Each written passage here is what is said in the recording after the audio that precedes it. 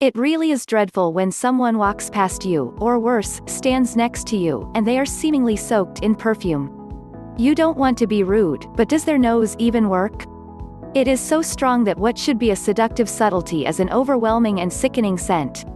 If you are a woman who has had bad experiences with other women overdoing it in the fragrance department, you have probably been turned off for life. But don't give up, your soft scent is waiting out there for only you to find. When people drench themselves in their favorite smell, it really can take over your personal space. An example of this is when Mika was in hospital after giving birth to her first child. Of course, everyone wants to be sure that their newborn baby is in the cleanest, healthiest and freshest environment possible. The rooms are not exactly large and there were 4 other women who had newborns also. Mika's baby was only 12 hours old when a roommate decides to go to town with her cheap nasty perfume and spray it all over her cubicle. Of course, the room soon became a barrage of talking women and Mika quickly took her baby out of there. She went to the midwife, demanded a room change for herself and her child, and could not believe the women had dared to make that decision for all of them. This is very bad perfume etiquette, and you must remember to remain considerate of those around you. As for Mika, she hasn't been able to stand wearing any perfume since and says she never will.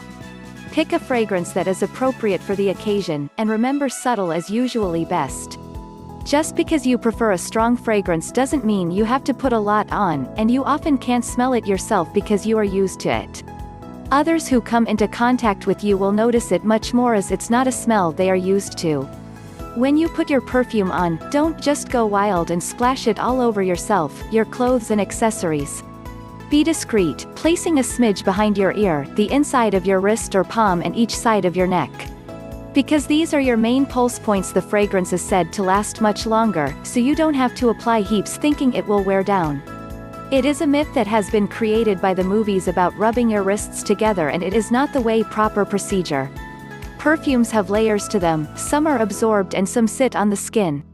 Rubbing will ruin the desired affect and change the smell.